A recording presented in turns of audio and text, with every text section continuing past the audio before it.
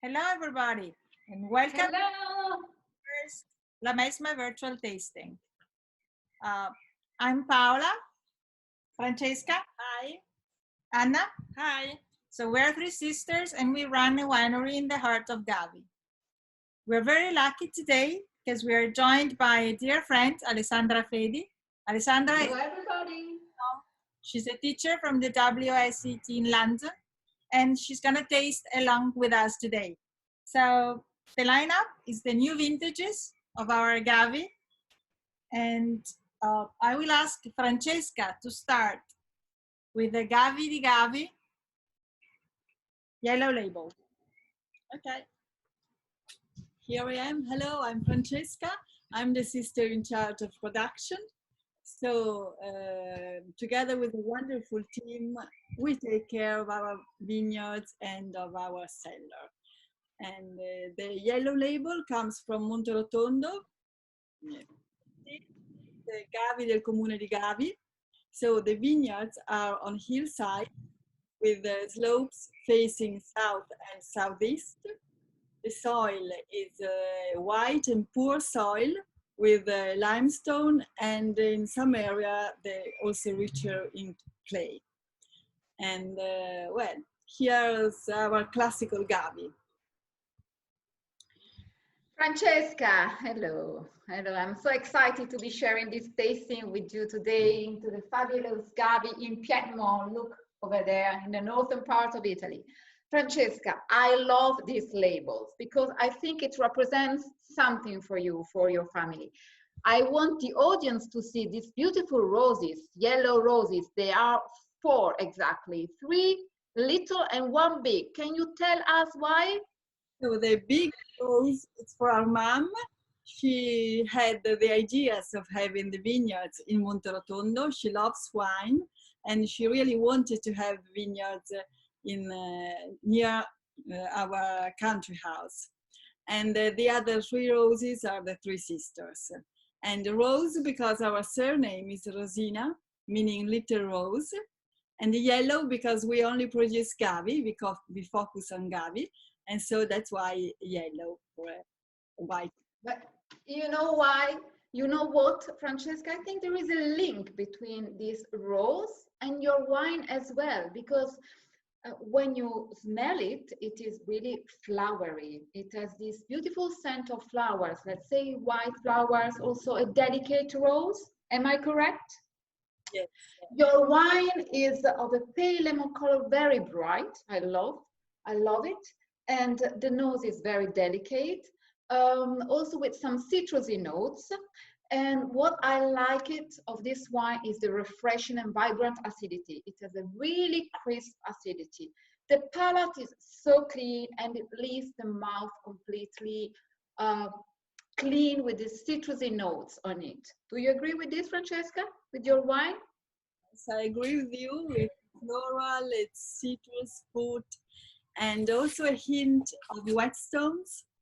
And to the kind of soil we had. Yeah. And Francesca, how was the vintage this year?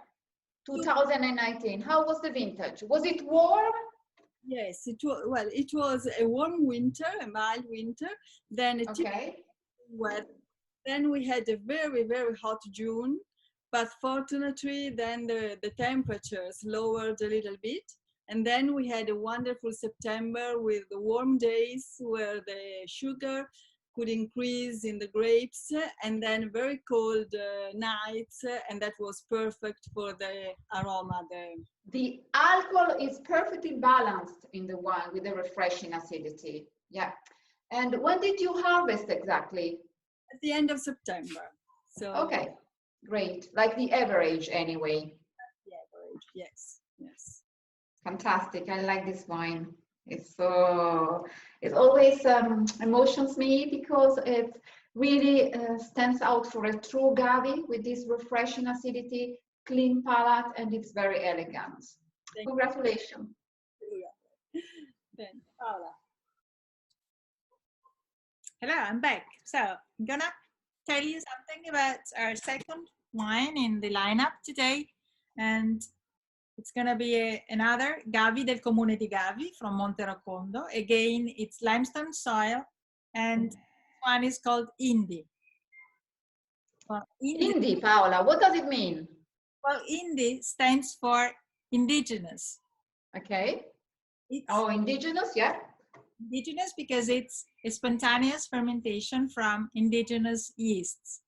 And it's also Indi because we like something that is not mainstream.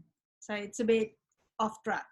So we are organic, very hands-on farming, and we wanted to have a more natural wine. Now, we all know that means everything and nothing at the same time. In our case, it meant that we are not going to add anything during fermentation and when making. So to do so, it took us a few years because we wanted a natural wine, but we didn't want it to be. We wanted a wine that could speak of the place. So the first thing that comes to your mind when you think of agave is a fresh, elegant, flowery nose.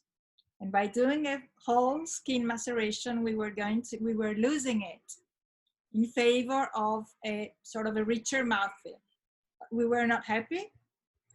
My sisters and I didn't give up, and Francesca came up with a pied de cuve technique. In short, think of how you make sourdough bread. So you use a part of the grapes to start fermentation. So, well, you taste me. Go ahead. Yeah, I love it. It has a lot of character, this wine, in comparison to the other one. But Paola, was it difficult to have this result, actually? Well, yes, it took us a bit more than 3 years. Well, Okay.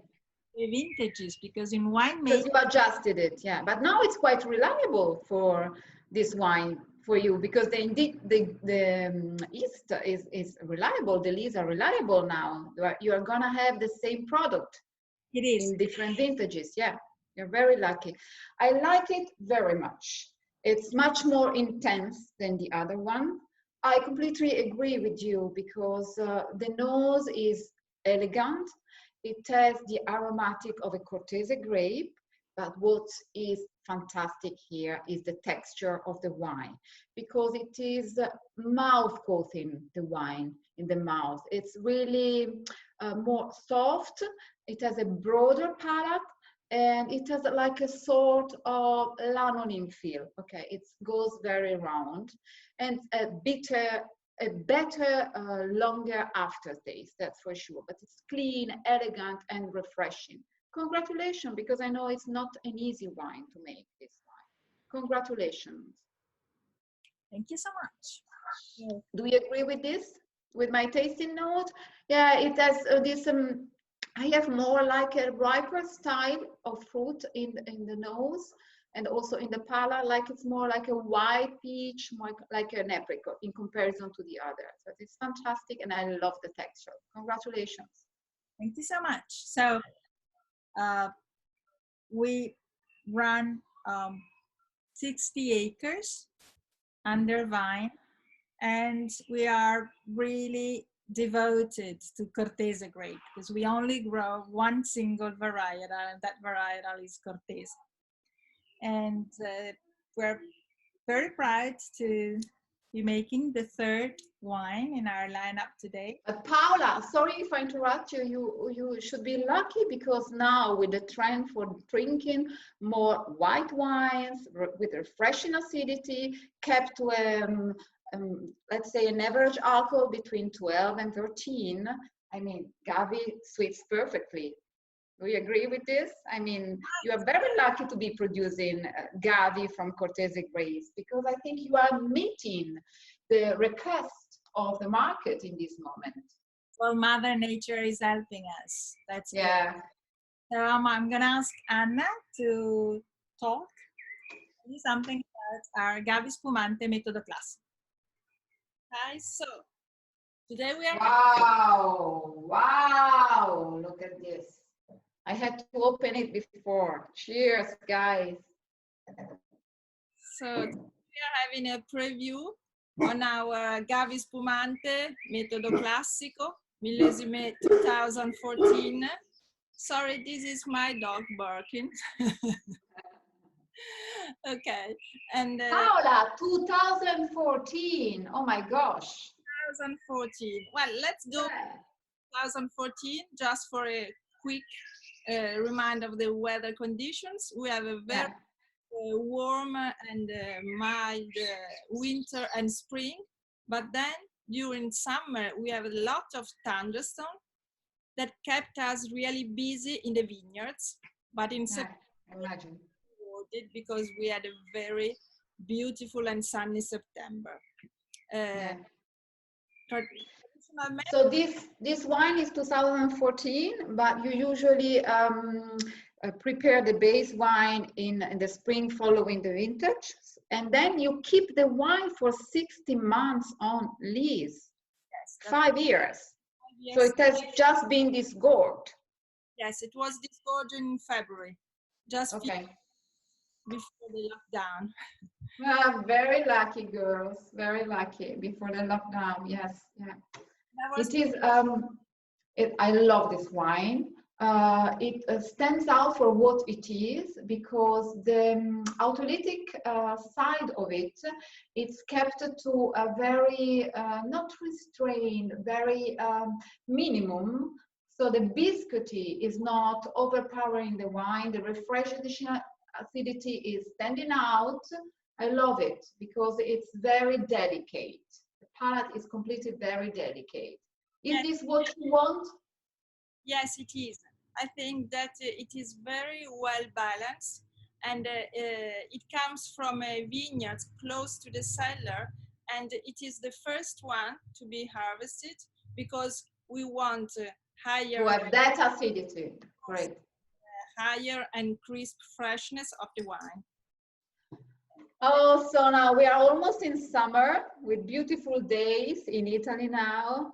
And please give me a suggestion for tonight dinner, because I opened this and I want to have it with the, what do you suggest? What should I prepare? I dream of gambas tonight, for example. Could it be a good pairing?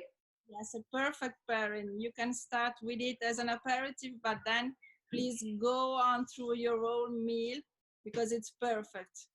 That's what I want to do, girls. I want to do a toast to do this beautiful moment and this beautiful tasting and sharing of these moments.